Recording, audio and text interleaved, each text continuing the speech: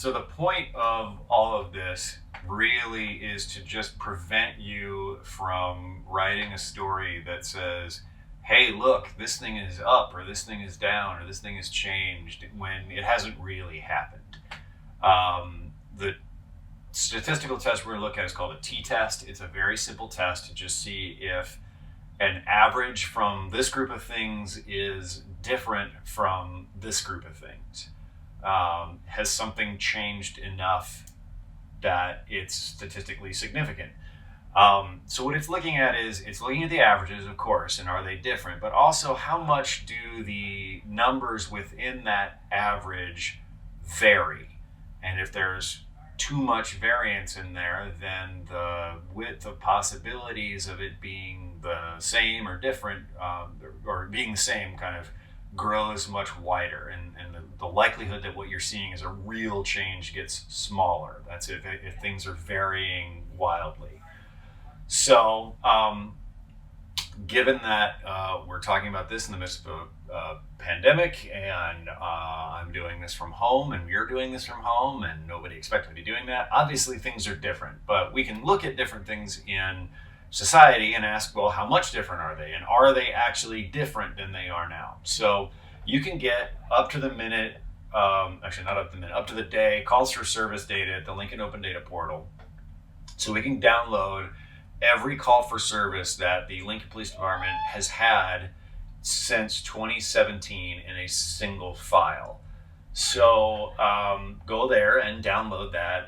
The download button will be on the right-hand side of the screen. You want it as a spreadsheet version. It really will download a CSV. So we're going to load up libraries that we have used all along here. We're tidyverse, lubridate, and janitor. Lubridate's your tip that we're going to be doing some date work here. So if you read that data in, this is what you get, and some things to take a look at here. First of all, we do have X and Y data, so we wanted to look at where these calls happen. We can get that. I'll tell you that Lincoln Police round off the X and Y coordinates, so they're more to the corner of the block than the actual house. So it is something to think about, but it's not as accurate as you might think. Some of this stuff is really not that particularly interesting to us, like the case number and the officer and who did it. First thing that is interesting is this INC underscore. That's the incident code. Incident code and CFS legends go together. The CFS legend is basically clusters of calls that the Lincoln Police are interested in. They group together a bunch of different incident codes. So for instance, like disturbances. Under CFS legend, there is a disturbance call, but if you look in incident codes, there's about 4 or 5 different kinds of disturbances. Same with theft. There's a general theft in CFS legend, but there's a bunch of different kinds of theft that Lincoln Police track, and that's in the incident code.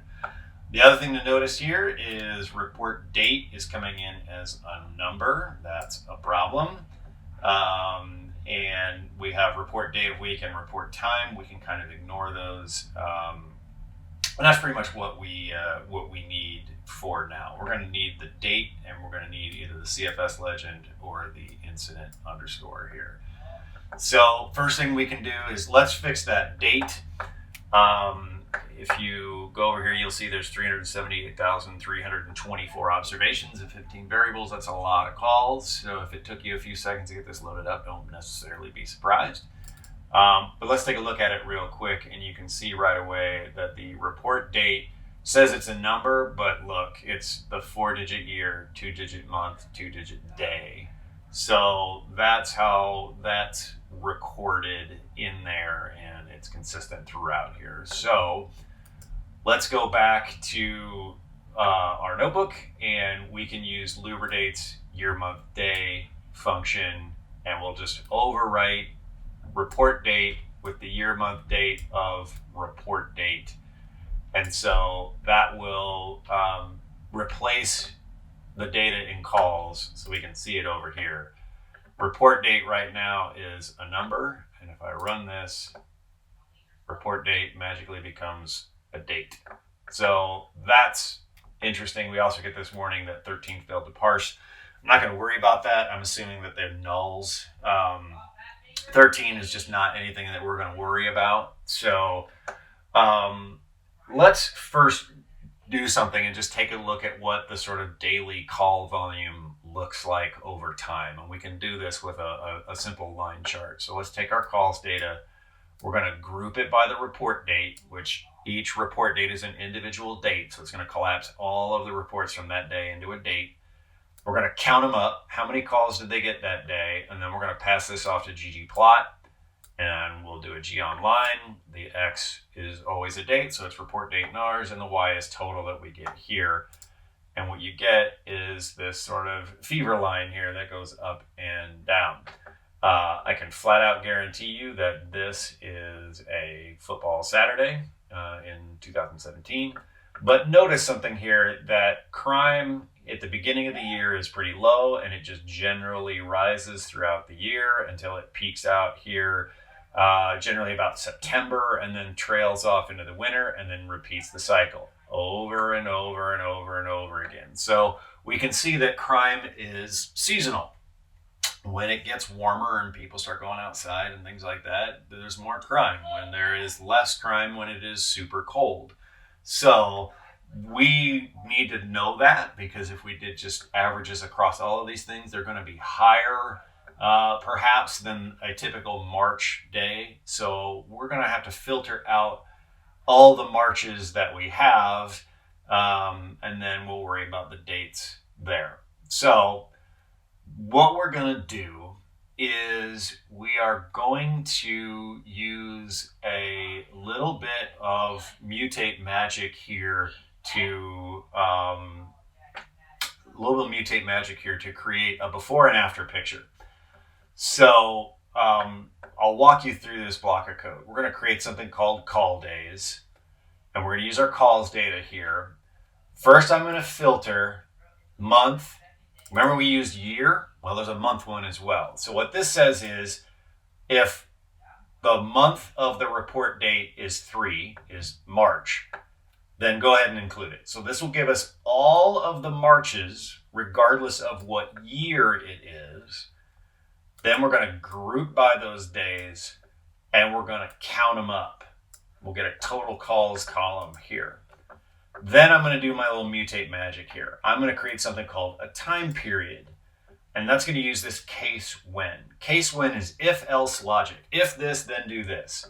So if the report date is less than 2020 3/16. 3/16 is the date that the mayor put in the local emergency order. We're just going to call that previous. So every March date prior to the mayor's emergency order is going to be called previous in this column called time period. Everything greater than or equal to that date is going to be called current. And then just to keep this to March, I'm going to filter out any date that is I just want all dates that are less than the 1st of April. So meaning, give me all Marches. Take April days out of this. And what that will do when I run it is going to give me a new column called call days, which only has 123 observations in it. So we have 123 unique days in March of 3 variables. I open that up, you'll see here's March 1st of 2017, there were 304 calls. This is in the previous time period.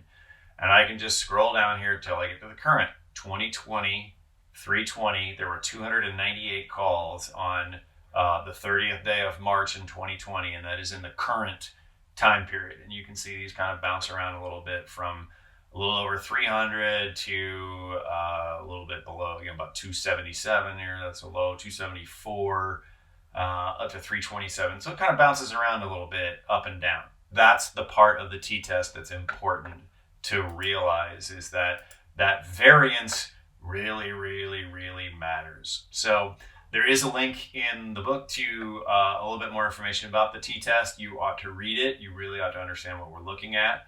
But the code to do a t-test in R. R, again, is a statistics language, so this is really, really simple. So we call the t-test function. We say we want to look at total calls. Total calls is the number. This tilde is kind of like the split. what are the two groups, or what are the groups that we're comparing to here?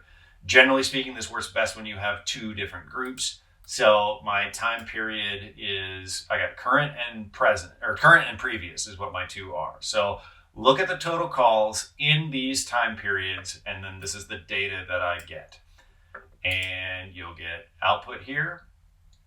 Okay, so the first thing we want to look at is down here in these means at the bottom. R tends to do these, in my opinion, they do them backwards. So the first thing that I always look at is this down here. What this means is, in the number to the left, it says mean in group current. So this is the current call volume average for the Lincoln Police Department, 295.7. So let's call that 296. Then the mean in previous is 297.86, so call it 298.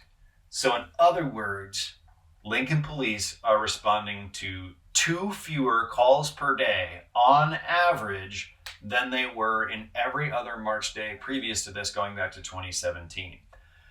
A bad reporter is going to write a story that says, oh, look, there's 2 fewer calls for service in a day. It means people are staying home and are sheltering in place and are self-quarantining and all the words we've learned, the social distancing and all that. A, 2 fewer a day is not that much. And B, the next thing we look at is this p-value. If the p-value is greater than 0.05, it means this is not a statistically significant difference. It means these two numbers are statistically the same. The variance between them is different enough that you cannot say that these two things are different. So in this case, our p-value is 0.76, which means this is nowhere close to being statistically significant. It means statistically these two numbers are identical. And if you write a story that says crime is down, then you're a terrible reporter. Don't do that. So does that mean that crime in Lincoln is completely unchanged? And the answer is absolutely not. There is change in crime, but we're going to have to look at specific crimes. What this is saying here is that the total call volume to Lincoln Police is no different. Lincoln Police are just as busy now as they have been in the previous marches and were before coronavirus. So nothing in terms of the total workload has changed, but there is significant difference underneath. So we can look at this CFS legend. There's a lot fewer of these than there are other ones. So there are all of the incidents in the CFS legend. So there's 585 accidents in here, 221 alarm calls, 143 alcohol calls, 2 arsons. Not surprising, arsons, at least as a call, is really rare. There's a lot of disturbances. There's a lot of others. There's 266 deaths from vehicles, traffic. Where's accidents up here we already talked about. So a big one obviously is disturbances. We should look at that one right away. Now what this code does is the exact same thing as before, but it's going to filter the calls by that CFS legend first. So all I'm doing is I'm taking this code from up here where I just did everything, and I'm just shoving a filter in between the data calls and the first filter. So this is just going to give me only disturbances, and I'm giving it a new data frame called disturbance. So I'm going to run that. It's going to give me 123 observations. Again, 123 days that we have to look at. There's a disturbance every day. So we can test that now with that same t-test code. The only thing I have to change out is this, my data frame name. So first, let's look at the averages. In the current group, there's 56 disturbances per day on average going on right now. Previous to this, there were 48.85 or 49. So it's gone from 49 to 56. Is that significant? Well, look right here. Is it less than 0.05? Yes, it is. It means that disturbances have statistically significantly changed. There are more of them. This is a real change that you can write a story about. Disturbances are up. People are home. People are trapped inside. People are starting to argue a little bit. Disturbances are people yelling at each other and neighbors getting into squabbles and things like that. Disturbances are an awful lot of different things. So there's a bunch of different things that it could be. If you have driven in Lincoln right now, it is glorious to drive through Lincoln right now because nobody's on the roads and the roads are working exactly as they should and there's no traffic to really worry about. So let's look at the CFS legend of traffic. How many traffic-related calls are Lincoln police going out on? Well, again, we follow the pattern. In the current group, it's 23.3, so call it 23. Normally, it'd be 32. So almost, not quite, but almost, it's 9 calls fewer per day on average on traffic. Is that significant? Yes, it is. So that one's not surprising. And like I said, if you've driven around, you've noticed there's a lot fewer cars on the road. So Lincoln police are responding to a lot fewer calls on the road. What about car accidents? Same thing. We just swap this out and we'll test it out. Well, you can probably guess the Lincoln police are responding to 14.4 calls per average per day on average now. They were doing 25 before.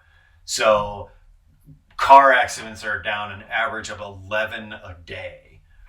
Is that significant? Well, this is a little bit tougher to read. You're gonna have to remember your like middle school science. This is scientific notation. So what this says is take this decimal point and add 9 zeros because of the negative sign, it'll be to the left. So there is 9, there's move the decimal place 9 points to the left. So there's 8 zeros, there's 8 zeros, 5964. Is that less than 0.05? Yeah, that's significantly less than 0.05. So that's the value of a t-test. Is what I'm looking at real? Is the change that I am seeing actually worth reporting on? Is it true? And that is an extremely important thing for journalists to know. Check out the assignment and good luck.